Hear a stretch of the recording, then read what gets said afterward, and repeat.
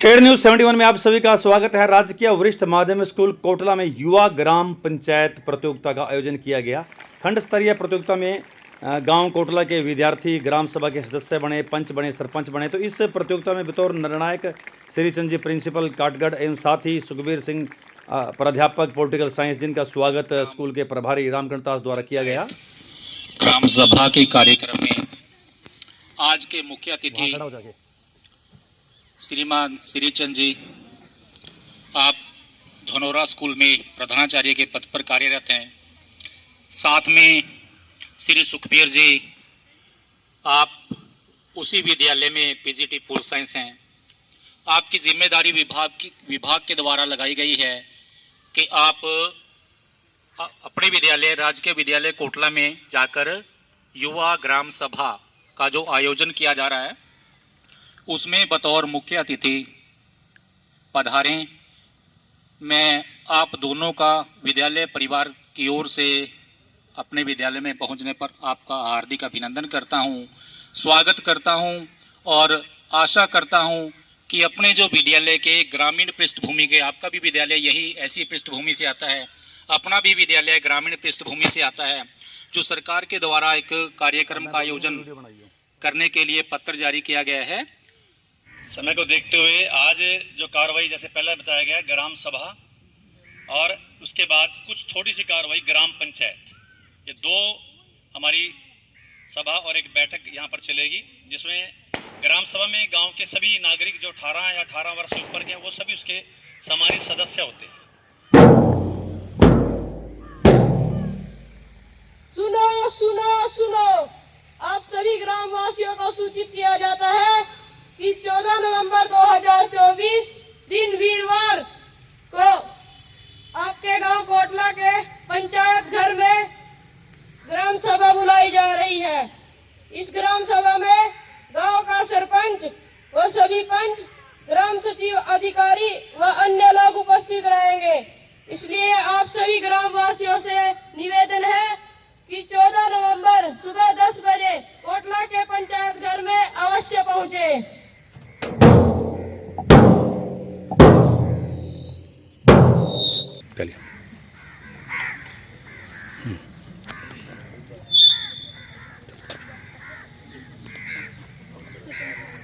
ओहो, सरपंच मैडम है कि राम राम मैडम जी। राम राम जी, नमस्कार जी। और सभी घर पे कैसे हैं? बढ़िया जी, बढ़िया। आप सब कैसे हैं? बढ़िया जी। थोड़ा ऊपर करो। और सब ठीक ठाक? हाँ जी, हाँ। बस जी, हम यहाँ से गुजर रहे थे, आपको देखकर यहाँ पर रुक गए। और जी, आप सभी को पता है कि 14 नवंबर को हमारे गांव में ग्राम सभा होने जा रही है और मैंने मुनियादी भी करवाई थी और पर्चे पुर्चे भी बंटवाए थे, आप सभी को पता है ना? हाँ जी, हाँ। तो फिर आप सभी जरूर आइएगा। ना जी, मन तो नहीं पता लगा जी। जी, आप कहाँ थे? आपको क्यों नहीं पता? भाई साहब, तेन कहाँ पता लगता? तो शादी में गया यार तभी। ओहो, ठीक है, मैं शादी में गया था। हाँ जी, हाँ जी, पहुंचेंगे जी जरूर, कोई नहीं। ठीक है जी, सभी लोगों को सूचित कर दीजिएगा आप भी। मैडम जी, एक बात पूछनी थी, बुरा ना मानियो। हाँ जी, जरूर पूछिए आप भी। घर वाली ने भी ले आवा जी, ले आइए, घर वाली को भी ले आइए और बाकी लोगों को भी ले आइए। फिर तो सारा घर आ जाएगा हमारा। बस जी, बच्चों ने ले आइए और साहिब आ जियो जी। ना न्याणे न्यूणे नहीं है जी। चलो जी, वाहेगुरु कृपा करेंगे तो न्याणे भी आ जाएंगे जी। और ठीक जी, है जी। सभी आइए जी। हाँ जी, हाँ, जरूर आवांगे।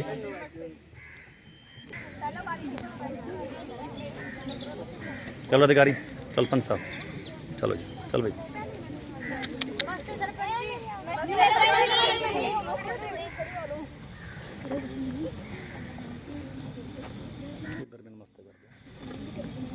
नमस्ते जी, आप सभी बैठ सकते हैं। धन्यवाद।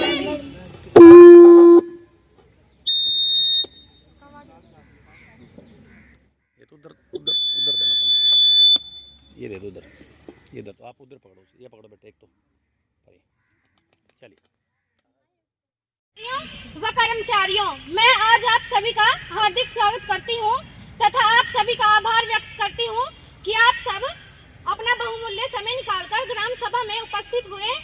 और बड़ी खुशी की बात तो यह भी है कि आज हमारे बीच कुछ सरकारी अधिकारी भी उपस्थित हुए हैं, जैसे एसडीओ पब्लिक हेल्थ से दीपांशु जी, बिजली विभाग से एसडीओ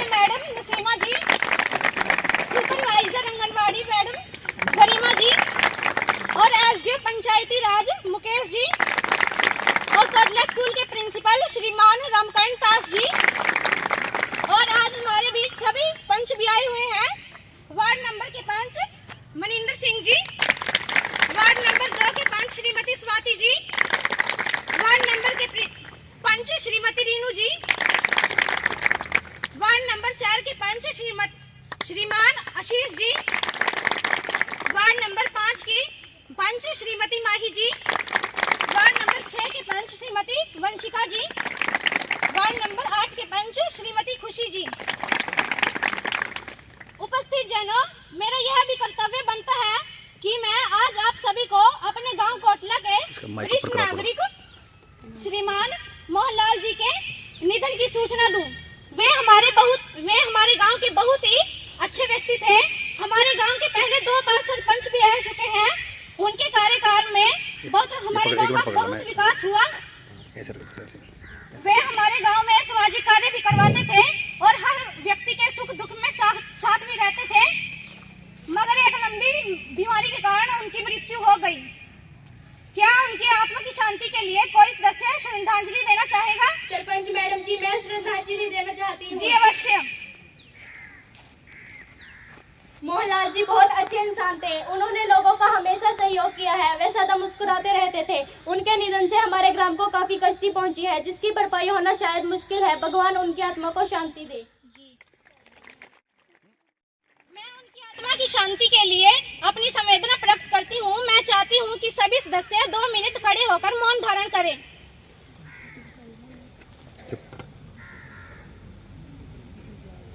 ओम शांति। आप सभी अपना स्थान ग्रहण करें। अब एक सुखद समाचार।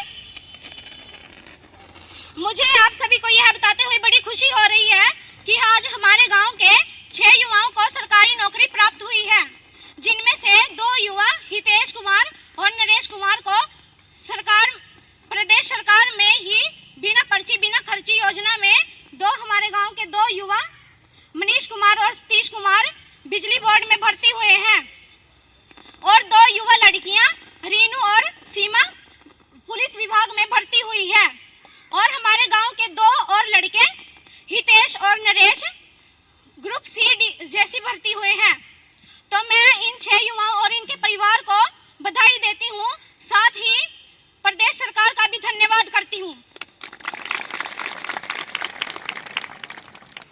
पिछली ग्राम सभा की बैठक की कार्यवाही के मुख्य बिंदु ग्राम सचिव जी आपको पढ़कर सुनाएंगे।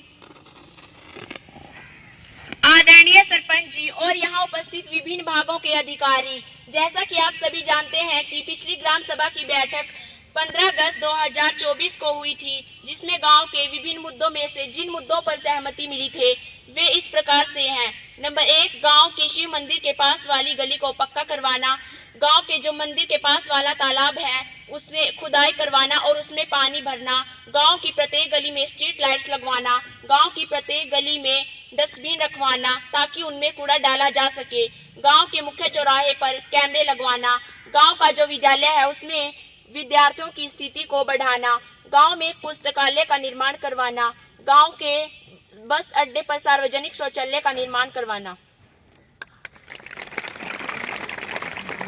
आदरणीय सदस्यों, जैसा कि ग्राम सचिव जशन जी ने आपको पिछली ग्राम सभा के मुद्दे पढ़कर सुनाए हैं, उनमें से कई मुद्दे तो हल हो गए हैं, जो इस प्रकार हैं।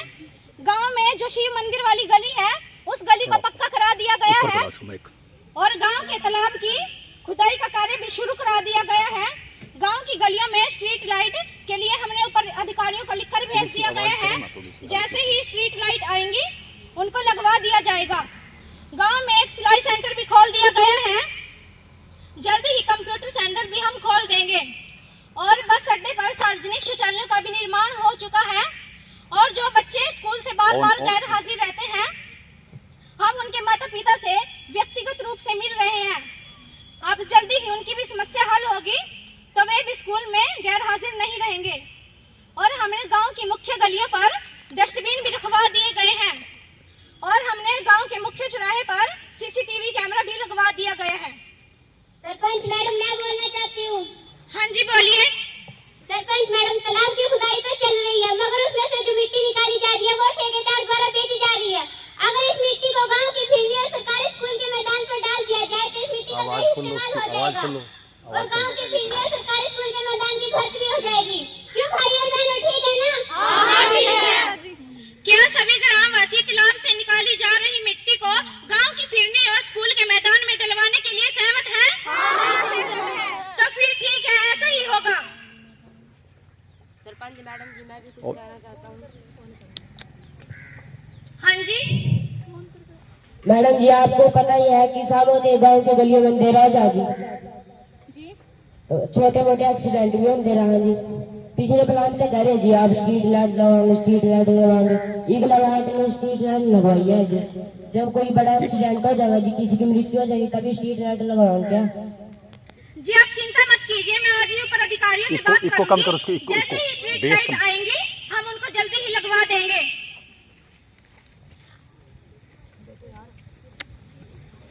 कुछ बोलना चाहूँ। जी जरूर बोलिए। आपने गांव में सिलाई सेंटर खुलवाया थी, उसके लिए बहुत बहुत धन्यवाद। सिलाई सिखाने वाली कहेगी जी, लेकिन सिलाई मशीन अभी तक भी नहीं आई है। बिना सिलाई मशीन के सिलाई सेंटर का क्या काम? सिलाई सिखाने वाली बेचारी कहीं ना तो बस कंचे से कपड़े ही काटना सिखा रही है। बिना सिलाई मशीन के क्या ही कपड़े सिए जाएंगे? जी बहन जी, पहले तो आपका धन्यवाद। और मेरा यह विचार है कि क्या हम ग्राम सभा के फंड से पैसा निकलवा कर मशीनों का व्यवस्था करवा दें? जल्दी व्यवस्था करवा दी, हमारी बेटियां सीख जाएंगी, नहीं का काम होगा। जी बहन जी बिल्कुल। ऑन रखे करो उसको। सरपंच मैडम जी नमस्कार।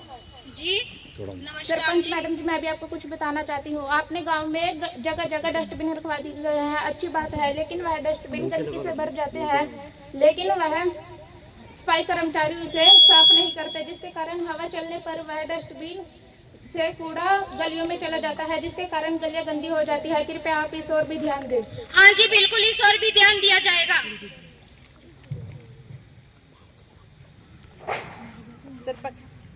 ऑन रखे करो उसको। सरपंच मैडम जी, आपने अभी कहा है कि मैंने गांव के मुख्य चौराहे पर सीसीटीवी कैमरे लगवा दिए हैं, पर आपने ये नहीं देखा कि वो सीसीटीवी कैमरे चल भी रहे हैं नहीं।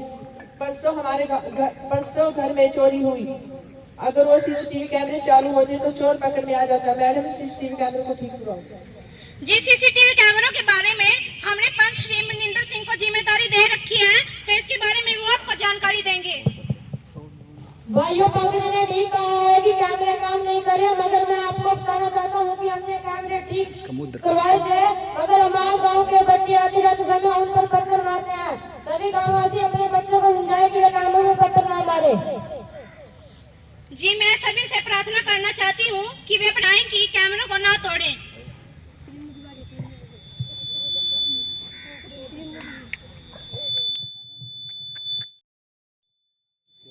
मैडम, सरपंच जी, बस के अड्डे पर सार्वजनिक शौचालय तो है, परंतु उसकी सफाई कोई नहीं करता, बदबू फैली रहती है। अगर सफाई नहीं करते तो उसे बनाया ही क्यों है?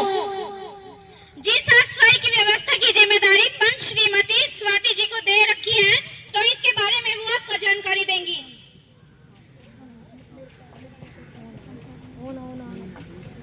सरपंच जी, सम्मानित सदस्यों, पिछले कई दिन से सफाई कर्मचारी हड़ताल पर चले गए हैं, इसलिए उन्होंने सफाई नहीं की। इस कारण से वहां पर इतनी गंदगी भरी हुई है। सफाई कर्मचारी हड़ताल पर थे, हमें ये तो बताओ हड़ताल पर क्यों थे? ऐसा क्या काम करना पड़ गया कि उनको हड़ताल करनी पड़ी? कोई ना कोई दिक्कत तो जरूर पड़ी होगी कि उनको हड़ताल करनी पड़ी। मैं इस बारे में ग्राम चीफ से कहूंगी कि इसका उत्तर दें। सदस्य गणों, मैं आप सभी को बताना चाहता हूं कि सफाई कर्मचारियों की तनख्वाह अभी तक नहीं आई है, इसलिए वे हड़ताल पर चले गए। ये तो अधूरी जानकारी है, पूरी बात बताओ। उनकी तनख्वाह क्यों रोकी थी? वे बेचारे तो गरीब परिवार के लोग हैं, उनकी तनख्वाह भी रोक दी। अगर उनको तनख्वाह नहीं मिलेगी तो उनके घर कैसे चलेंगे? ग्राम सचिव जी उत्तर दीजिए। मैं आप सभी को बताना चाहता हूं कि सिर्फ सफाई कर्मचारियों का जो बजट आता था वो अभी तक नहीं आया है, इसलिए उनकी तनख्वाह रोक दी गई है। बजट नहीं आया, ये क्या बात हुई? अगर बजट नहीं आया तो ग्राम सभा में भी तो लाखों रुपए पड़े हैं, आप उसमें से भी नहीं दे सकते हैं। मैं सरपंच और पूरी पंचायत से मांग करती हूँ कि ग्राम सभा के फंड में जो लाखों रुपए पड़े हैं, आप उनमें से कर्मचारियों को उनकी तनख्वाह दें। जी आपका सुझाव बहुत अच्छा है। क्या सभी सदस्य से सहमत हैं कि ग्राम सभा के फंड से पैसा निकलवा कर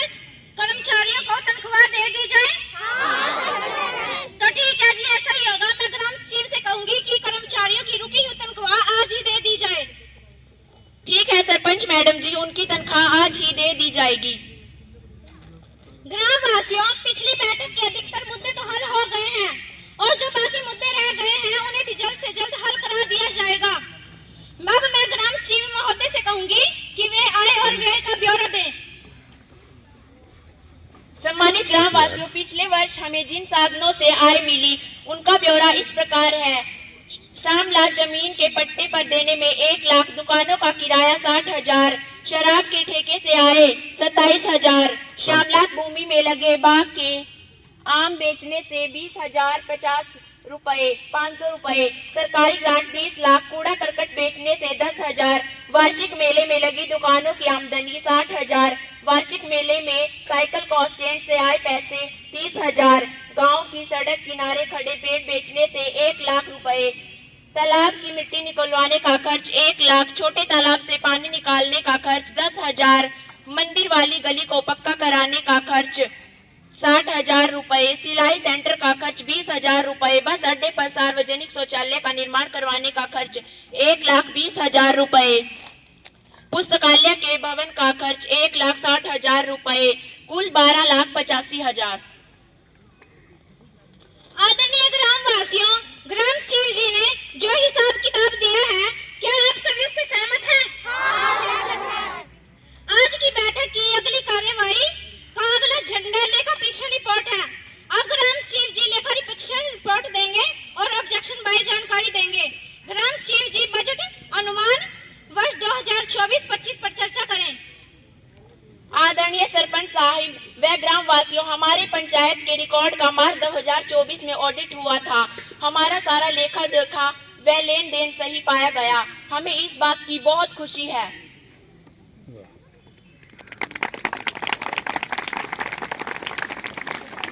सरपंच जी, बजट अनुमान वर्ष 2024-25, पंचायत के अनिवार्य खर्चे, बिजली का बिल 50,000, सफाई कर्मचारियों व चौकीदारों का वेतन 2,80,000, खेलकूद प्रतियोगिता 7,000, कुल 3,37,000। नंबर 2, निर्माण कार्य की मद के खर्च, पब्लिक वर्क्स 15 लाख, जन स्वास्थ्य व शिक्षा 12 लाख, अन्य मद 5 लाख रुपए, कुल 32 लाख रुपए। नंबर 3, सरकारी अनुदान PRI अनुदान 5 लाख रुपए, मनरेगा 11 लाख रुपए, कुल 16 लाख। नंबर 4, ऋण तथा अग्रिम भुगतान, ऋण की किस्त 80,000 रुपए। नंबर 5, अंशदान स्कीम धनराशि जोड़ 1,20,000, सभी का जोड़ 53,37,000। बजट अनुमान वर्ष 2025, आमदनी ग्राम पंचायत के अपने स्रोतों से आए। नंबर 1, श्यामलाल भूमि 24 लाख, फलों वाले वृक्षों से आए 15,000, मछली पालन तालाबों से आए 8 लाख, दुकानों का किराया 60,000, गोबर की खाद से आए 20,000, मेलों से आए 35,000, कुल जोड़ 33,30,000। नंबर 2, सरकारी अनुदान PRI धनराशि 5 लाख, मनरेगा धनराशि 11 लाख, कुल योग 16 लाख। ऋण अंशदान व स्कीम CD अनुदान व अन्य 5 लाख रुपए, कुल जोड़ 5 लाख। दान स्कूल भवन के लिए 5 लाख, खेलों के लिए 1,50,000, कुल योग 8,50,000, सभी का कुल जोड़ 67,80,000। बजट अनुसार वित्त वर्ष में अनुमानित आय 67,80,000, खर्च 53,37,000, वर्ष के अंत में अनुमानित बकाया 14,43,000। आज की बैठक की अगली कार्यवाही में हम भावी विकास योजनाओं पर चर्चा करेंगे। तो आप सभी सदस्यों से अनुरोध है कि आप सब शांति बनाए रखते हुए अपने अपने क्षेत्र की समस्याएं रखें। मैं बोलना चाहूंगी। हाँ जी, बोलिए। धन्यवाद मैडम जी, आपने मुझे बोलने का मौका दिया। जी, मैं गंभीर मुद्दे पर ध्यान दिलाना चाहूंगी। हमारे गाँव में पिछले साल 62 बच्चों ने जन्म लिया था, जिनमें 25 लड़कियां और 37 लड़के थे। अरीब के साल हमारे गाँव में 56 बच्चे पैदा हुए, जिनमें 25 लड़कियां और 32 लड़कियां। हाँ जी। लिंग अनुपात में इतना भेदभाव क्यों है जी? ये बहुत चिंता का विषय है। जिस विषय में कोई और बोलना चाहेगा है,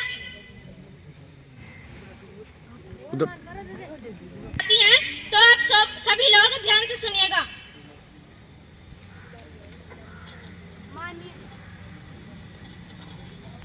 माननीय सरपंच जी, अपने गांव में पिछले वर्ष के मुकाबले स्थिति में सुधार है और फिर भी और अधिक ध्यान दिए जाने की जरूरत है। कहीं कन्या भ्रूण हत्या तो नहीं हो रही, एक निगरानी समिति बनाने की जरूरत है। जी, आंगनवाड़ी मैडम जी, आपने बिल्कुल सही कहा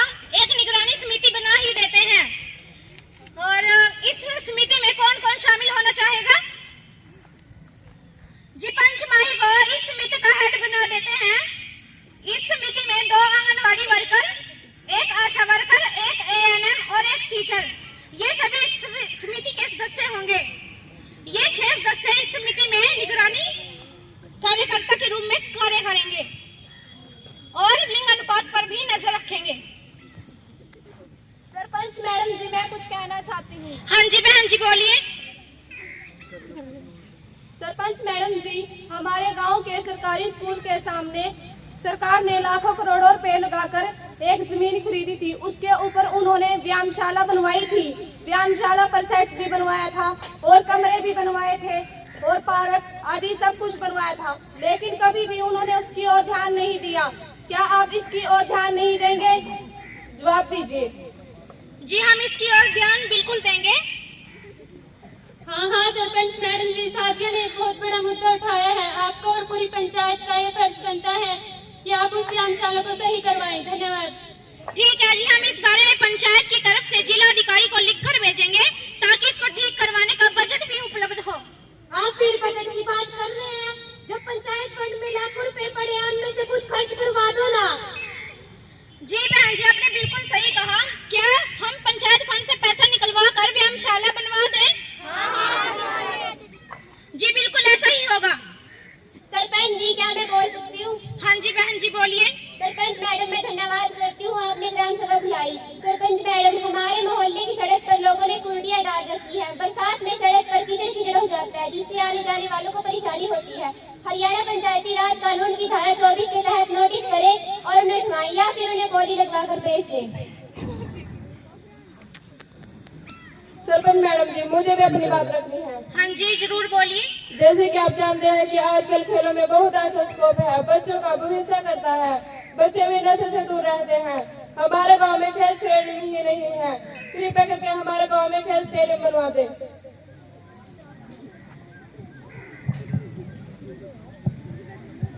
सरपंच मैडम जी, मैं बोलना चाहता हूँ, मुझे भी मौका दें। हाँ जी आप भी बोलिए। सरपंच मैडम जी, मैं चाहता हूँ कि हमारे गांव में एक कंप्यूटर सेंटर खोल दिया जाए। कंप्यूटर सेंटर के बच्चों को रोजगार जल्दी प्राप्त होता है, तो हमारे गांव में कंप्यूटर सेंटर खोल दे ताकि हमारे बच्चे भी कंप्यूटर चलाना सीख जाए, उन्हें जल्दी रोजगार प्राप्त हो जाए। जी क्या मैं भी बोल सकती हूँ सरपंच जी? हाँ जी आप भी बोलिए। आप भी ग्राम सभा के सदस्य हैं, आप भी का भी फर्ज बनता है कि आप भी अपनी समस्या रखें। जैसा कि हम सब जानते हैं जी, अपने गांव का पानी बहुत ही खारा है जी। हमारे गांव की बेटियां बहुओं बाहर खेत वाले ट्वेल से पानी लेना पड़ा जी। वो हमारे गांव से बहुत दूर है जी, इसलिए हमारे गांव में एक सरकारी ट्वेल हो।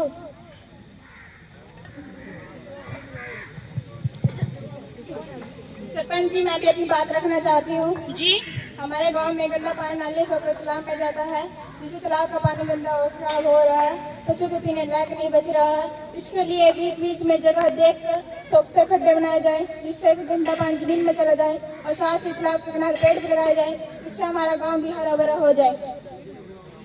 और किसी साथी ने इस बारे में कोई बात रखनी है? आज बंदे रख लिया। हाँ जी बोलिए। मैम जी, मैं आपसे यह बताऊँ चाहूँ जी कि हमारे गांव के नौजवान लड़के जिम करने दूसरे गांव में जावा जी, इस करके हमारे गांव के एक जिम खुलवाई जाए। जी क्या किसी और साथी ने इस बारे में कोई समस्या रखनी है? हाँ जी बोलिए।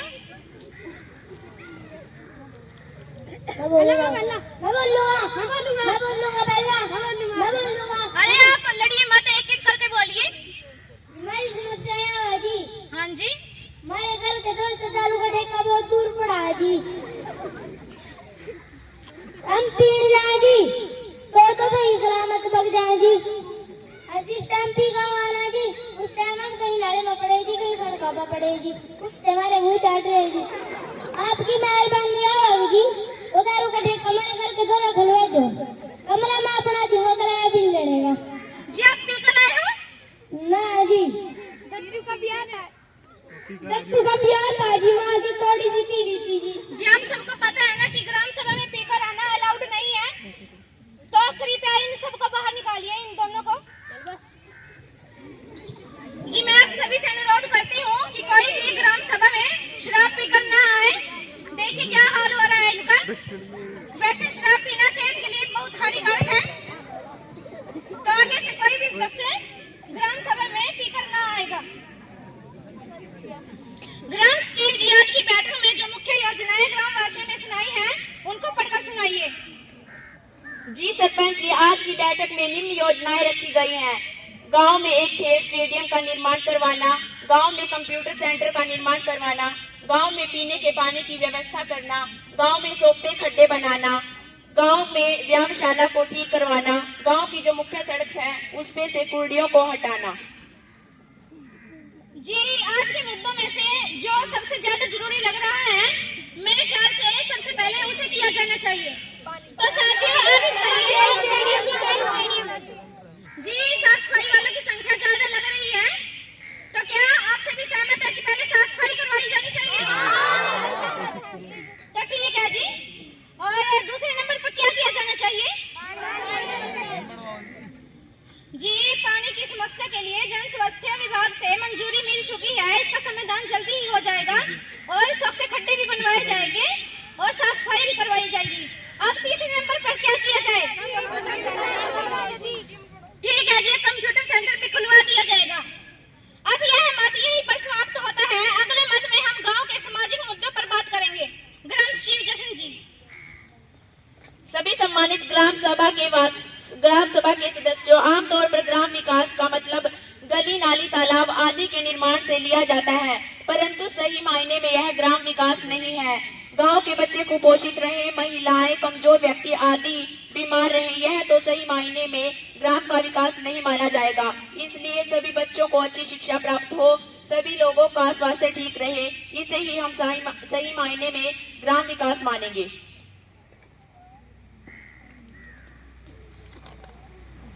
जी, आज हमारे बीच में बिजली विभाग से एसडीओ मैडम आई हुई हैं, तो वे आपके सामने अपनी बात रखना चाहती हैं, तो आप उनकी बात को ध्यान से सुनें। आदरणीय सरपंच व ग्रामवासियों, आप सभी को नमस्कार। मैं अपने विभाग की योजनाओं की जानकारी आप सभी को देती हूँ, लेकिन मैं बताना चाहती हूँ कि आप सभी बिजली की बचत की आदत डालें, बिजली को फालतू खर्च ना करें। हमारा विभाग सिर्फ 70 रुपए में एलईडी बल्ब देता है, इसलिए आप सभी एलईडी बल्ब लगाएं। कृपया आप बैठ जाएं, मैं आपकी बात का उत्तर देती हूँ। अब सरकार ने एक नई योजना बनाई है, अपना गांव जगमग गांव, जिसमें 24 घंटे गांव में बिजली रहती है। हाँ जी, बिल्कुल आपके गांव में भी आएगी, पर इसके लिए गांव के सभी लोगों को बिजली के बिल का समय पर भुगतान करना पड़ेगा। एसडीओ साहिबा जी, एक बात पूछनी थी। जी बिल्कुल पूछ सकते हैं। सौर ऊर्जा के बहुत चर्चे सुने, क्या हम अपने गांव में सौर ऊर्जा यंत्र लगवा सकते हैं? क्या आपका विभाग हमारा सहयोग करेगा? जी बिल्कुल लगवा सकते हैं, हमारा विभाग आपका पूरा सहयोग करेगा।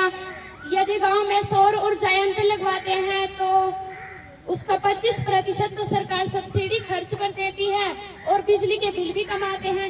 एक बार लगाओ, 25-30 साल प्रयोग करो और कोई झंझट भी नहीं है। जी धन्यवाद मैडम जी। अब अन्य महत्वपूर्ण मत समाप्त हो गए हैं और यह बड़ी खुशी की बात है कि ग्राम सभा में कोटला स्कूल के प्रधानाचार्य श्री रामकरण दास जी आए हुए हैं। मैं उनसे निवेदन करूंगी कि वे अपनी बात रखें। धन्यवाद सरपंच जी, आप सभी को मेरा नमस्कार। मैं आपको बताना चाहता हूँ कि अपना विद्यालय आप सभी के सहयोग से बहुत अच्छे से कार्य कर रहा है। हमारे स्टाफ सदस्य बहुत ही मेहनती है। हमारे विद्यालय में बोर्ड कक्षा 10वीं और 12वीं का परिणाम 100% रहा। परीक्षा परिणाम में हम पूरे ब्लॉक में पहले स्थान पर है। 12वीं के हमारे 15 और 10वीं के हमारे 20 बच्चों ने मेडल प्राप्त किया और बाकी के विद्यार्थी हमारे प्रथम श्रेणी में पास हुए। हमारी एक विद्यार्थी धीमान, जिसकी प्रतिभा को देखते हुए भारतीय सरकारों ने 12,000 रुपये दे रही है।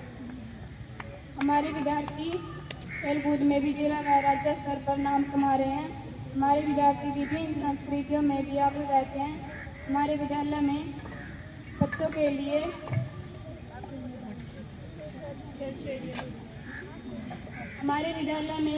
लिए वाटर कूलर भी लगा हुआ है। हमारे विद्यालय में सौर ऊर्जा भी लगा हुआ है और साथ ही कक्षाओं में डिजिटल बोर्ड भी लगे हैं। श्रीमती सरपंच जी, मेरी एक समस्या है। मैं आपको बताना चाहता हूँ कि जब बरसात होती है तो गांव का पानी हमारे विद्यालय में प्रवेश कर जाता है, जिस कारण से कहीं कहीं दिनों तक पानी खड़ा रहता है।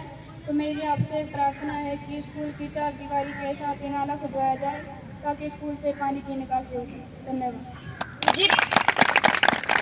जी बहुत बहुत धन्यवाद प्रिंसिपल सर। सर, मुझे ये बताते हुए बड़ी खुशी हो रही है कि जब से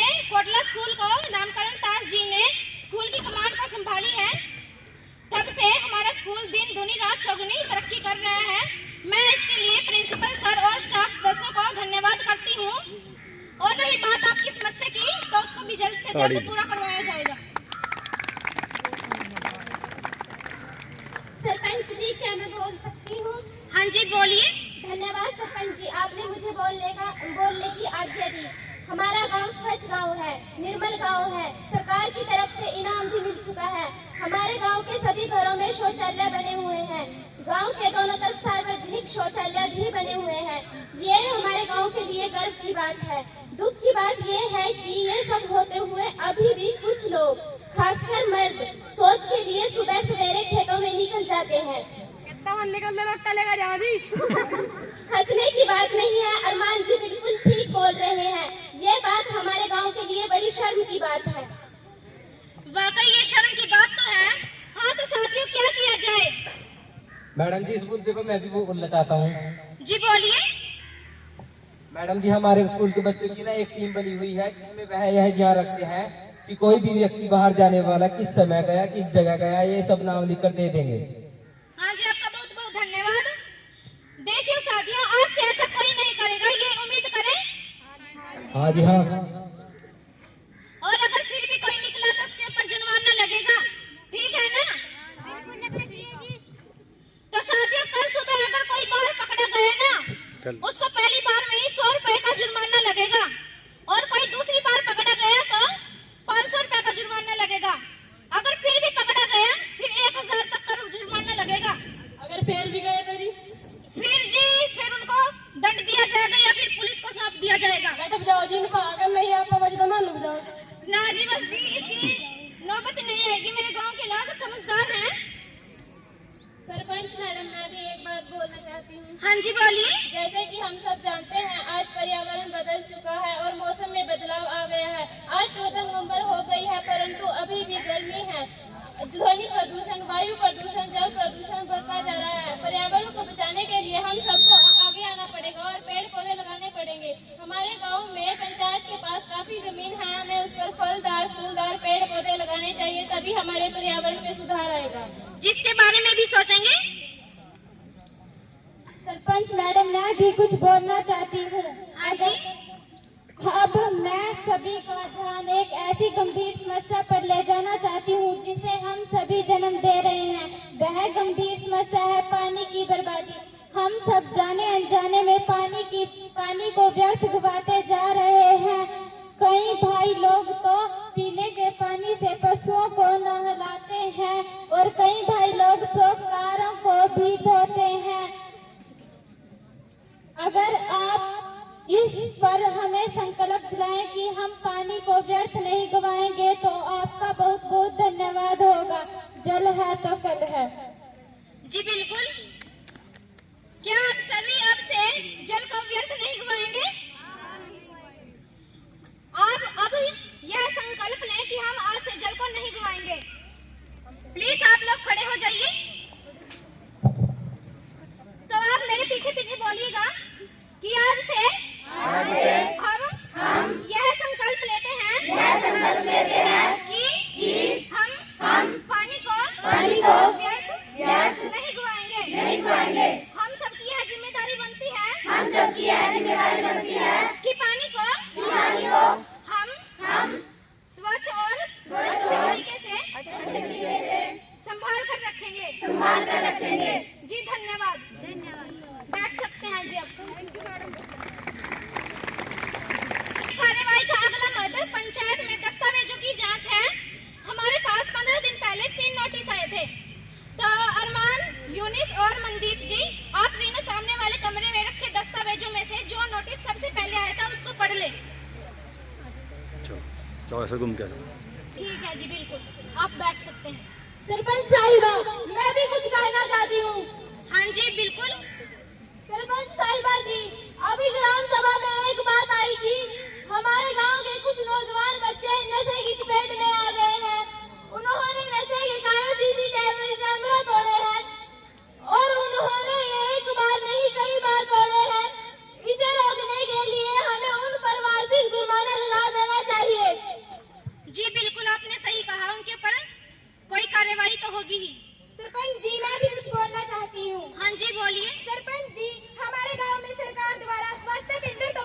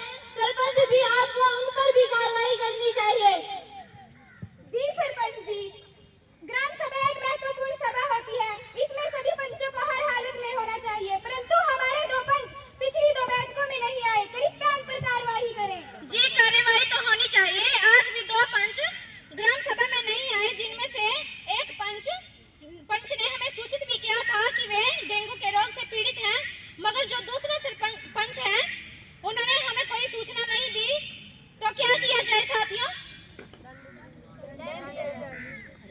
जी कार्यवाही तो उनके ऊपर करवाई जाएगी, दंड नहीं दिया जाएगा।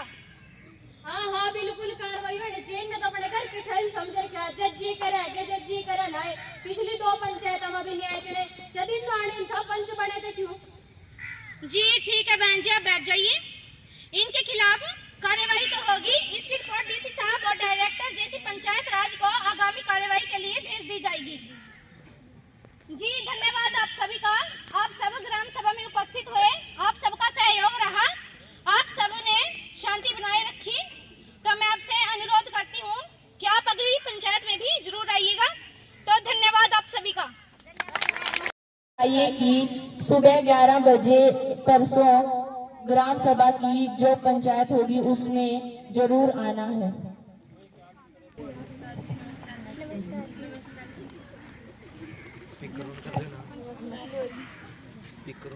स्पीकर में बोलो।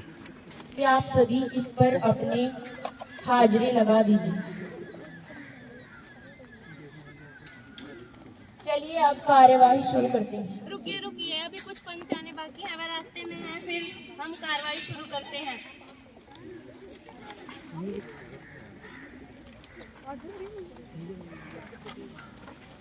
नमस्कार। आपको देरी कैसे हो गई? तबीयत खराब हुई। अच्छा तो आप इस बस में साइन कर दीजिए। हाँ जी चलो आज की कार्रवाई शुरू करते हैं। ग्राम सभा में उपस्थित सभी पंच साथियों और ग्राम सचिव जशन जी, मैं आप सभी का बहुत बहुत स्वागत करती हूँ। आज हम ग्राम सभा में उठे मुद्दों पर चर्चा करेंगे। जी सरपंच जी, आज के एजेंडे पर चर्चा करते हैं। ग्राम सभा की सबसे पहला मुद्दा यह है कि सड़कों पर लगी कुर्डियों को हटवाकर सड़क को साफ सुथरा करवाना।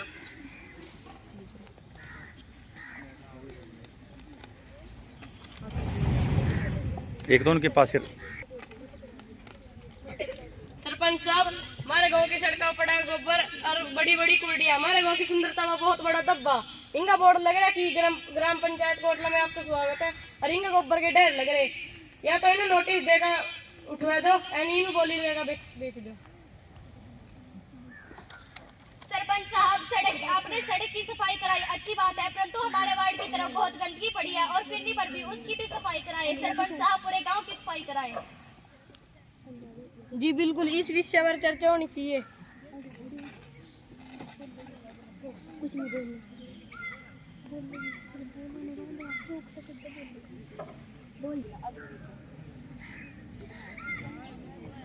अगला मुद्दा यह है कि गांव वालों को साफ सुथरा व स्वच्छ पानी प्रदान किया जाए। जल स्वास्थ्य विभाग से जो पेयजल आपूर्ति बारे कार्य शुरू किया जाना था, उसमें देरी क्यों हो रही है?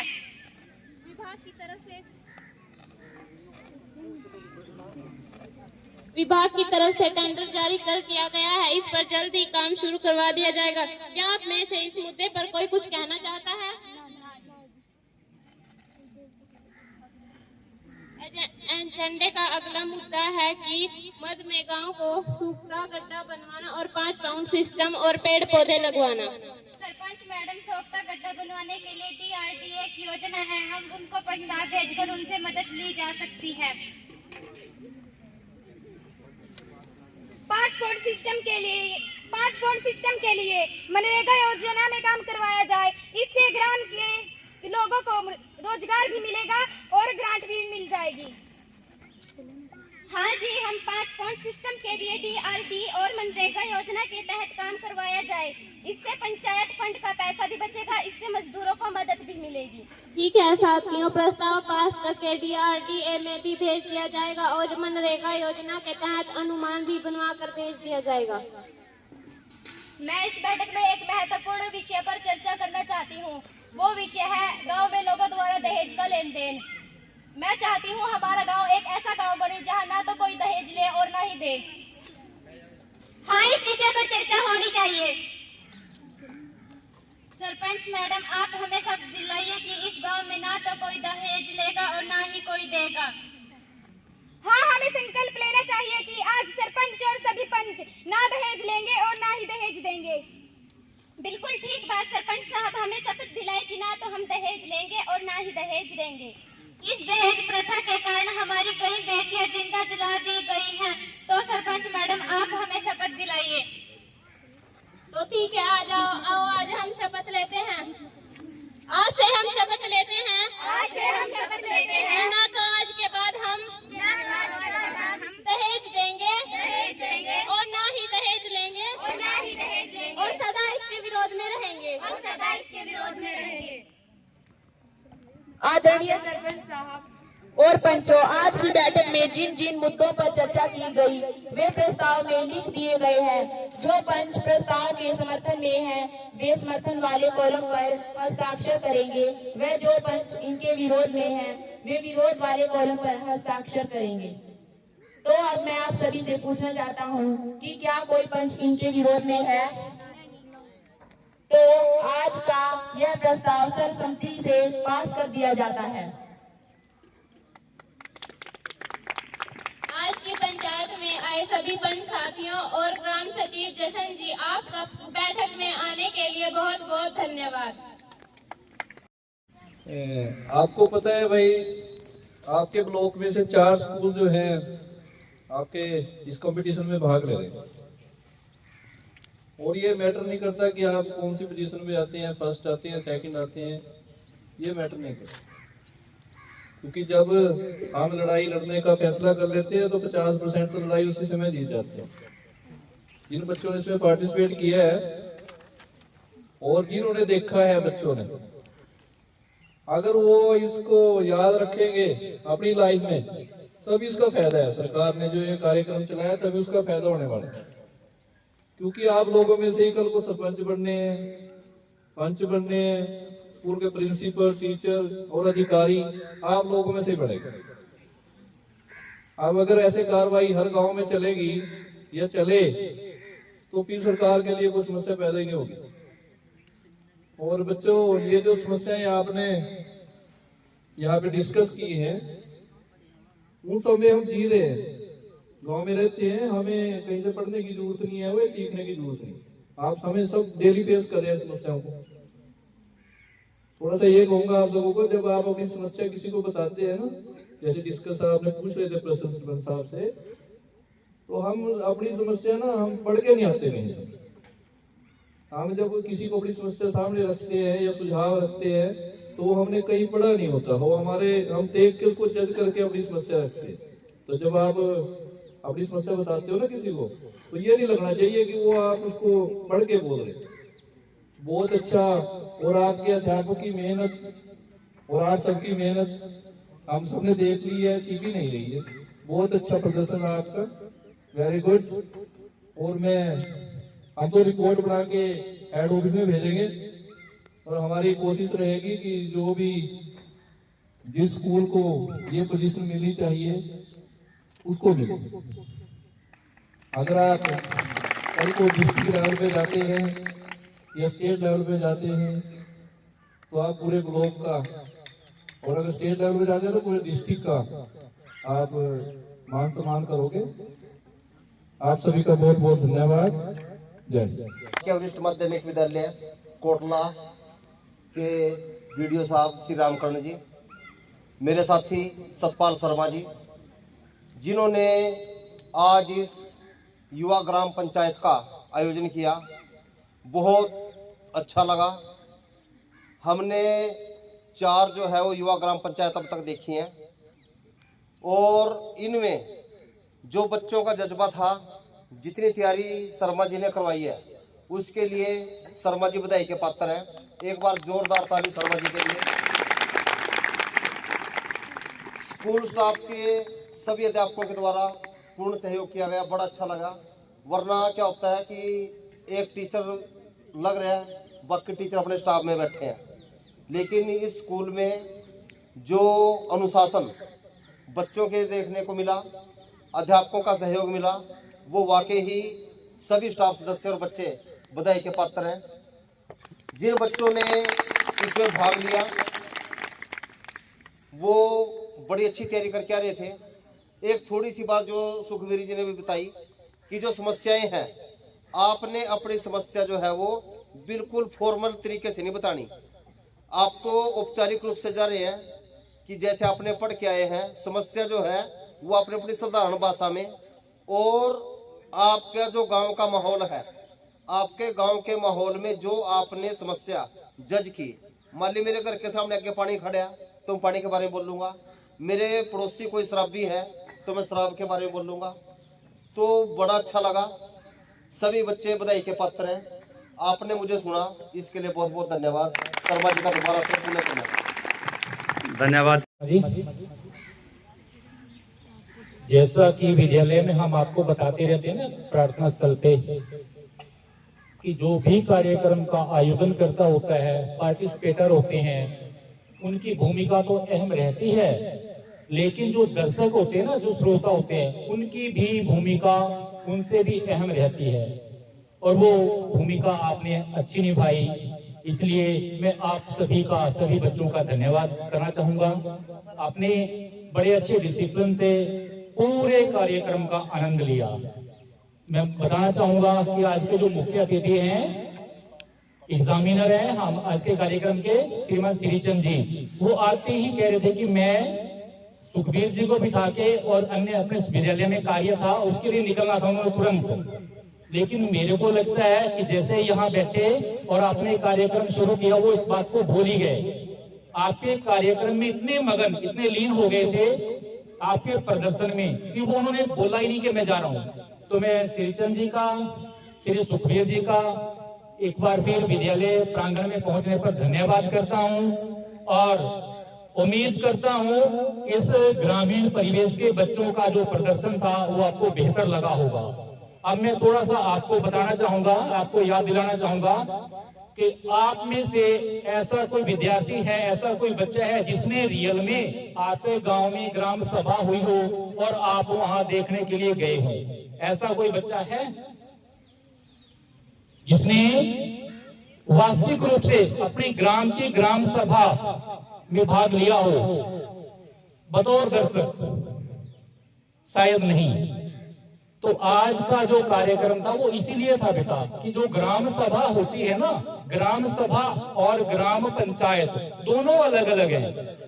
ग्राम सभा में जैसे शर्मा जी ने बता दिया था कि 18 साल का व्यक्ति जब हो जाता है, जो वोट, जिसकी वोट बन जाती है, वो सभी उसके सदस्य होते हैं, और उन सभी ने ग्राम सभा में भागना अनिवार्य होता है, क्योंकि ग्राम सभा ग्राम की समस्याओं के लिए होती है बेटे।